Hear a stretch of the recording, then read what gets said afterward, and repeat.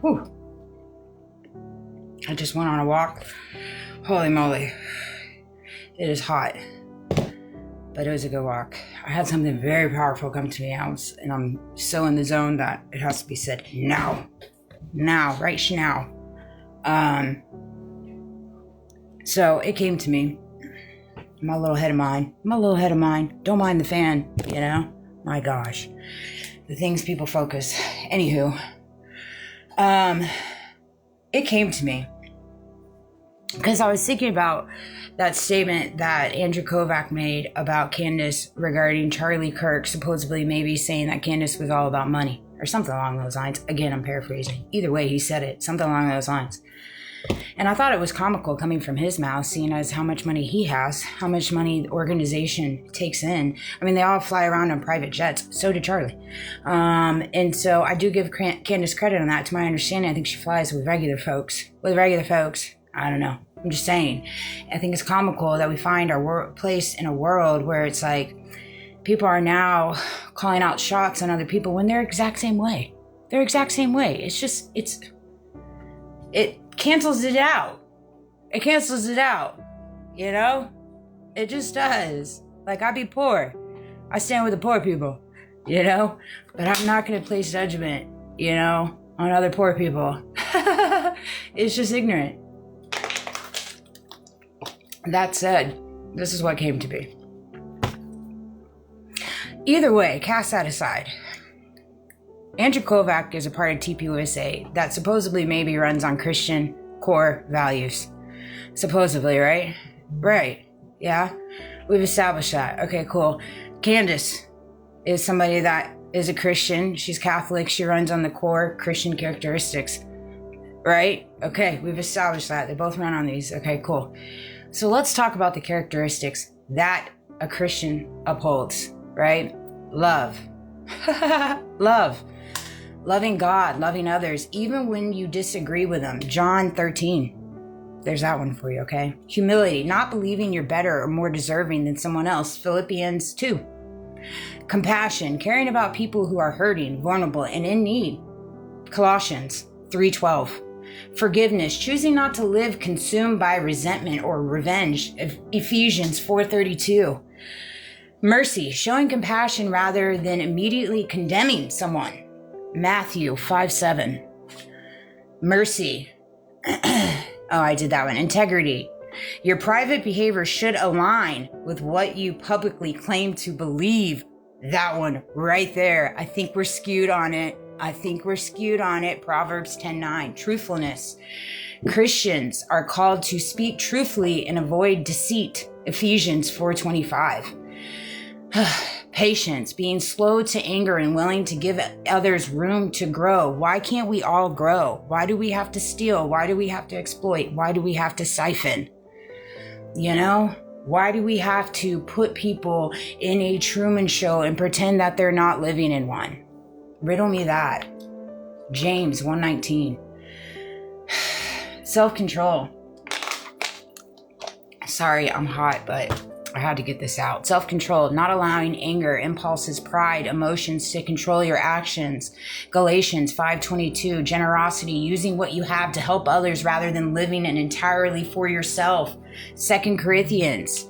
Their lifestyle and what they uphold, all of them are polar different than middle class and poor folks. They're polar different. You cannot compare the two. You cannot. I'm so sick of trying to compare the two. We're two different sides, and that's okay. You're in your bubble, we're in ours. You know your placeholder. Golly, know your place on the food chain. I know I've come to figure it out. Everybody else needs to. Generosity, using what you have to help others rather than living entirely for yourself. Justice, caring about what is right, standing against oppression while still treating people with dignity. That is what I stand on. Micah 6:8. You know? I know what I have against me. I understand the oppression, but I still choose to move with dignity. Not only for myself, but for others. Understanding that they probably don't understand my full story. They probably haven't been provided that. They probably don't want to know it, quite frankly, because they're gaining a lot.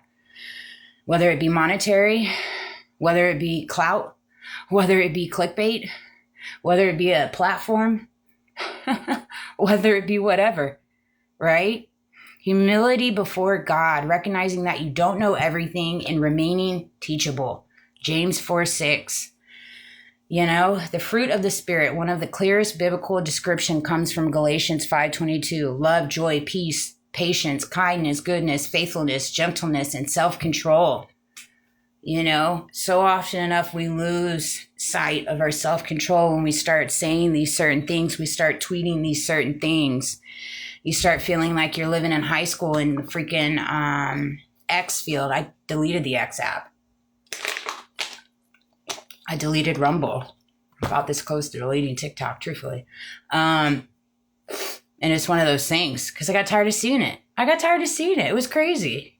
I mean, I told my girlfriend on Friday, there's so many times throughout my days where I have to check myself. Because based off the conversations that are being had with me or around me or circumstances that I find myself in the business atmosphere, I'm surrounded by people and things and circumstances that I wouldn't even be with my son. My son acts more professionally and in a more adult nature than sometimes some of the people that are surrounded by me. And it's just mind-boggling to me. And so when I found myself going down the X train on my For You page and just seeing the tweets, seeing the words, seeing what was said, I was like, you've got to be kidding me.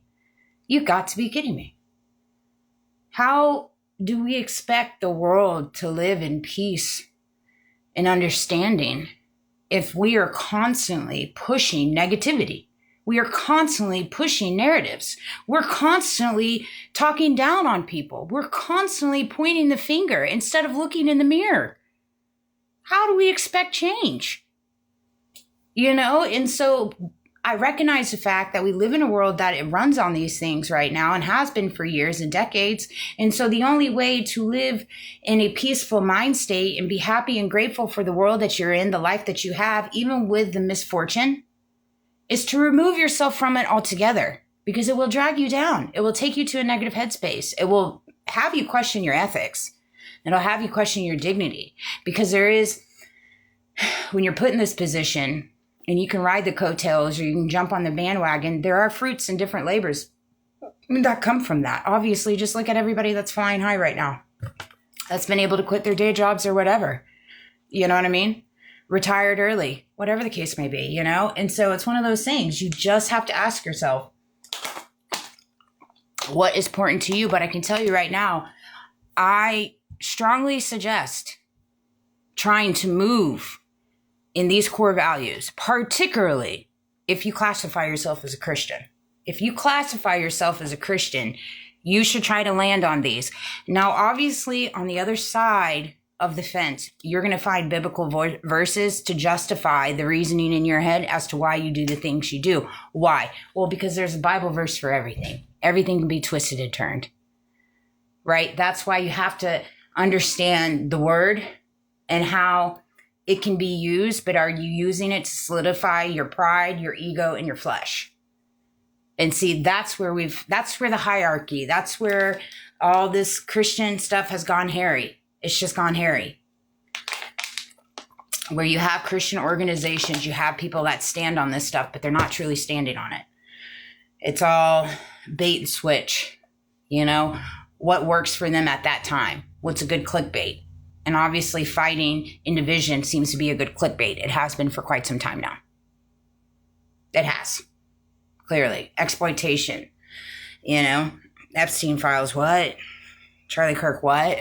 This war, what? You know, in reference to the formula race going on DC today. Duh. Distraction, what? Distraction, what? That's all that is a distraction. Straight up. And money getting poured into it when it needs to be poured into the economy. Period. That's all it is a distraction. Continually distractions, continual false flags. That's all they're going to do. So be prepared for it. Be prepared for it. Move wisely. Be grateful for the jobs you have. I know I am, even with the burns. You know, I'm grateful to have them. I know what it feels like not to have them. And that was hard, you know. That's why you learn from your mistakes. Learn from them. Don't move from emotion. Move from logic. Understand your opponent. Understand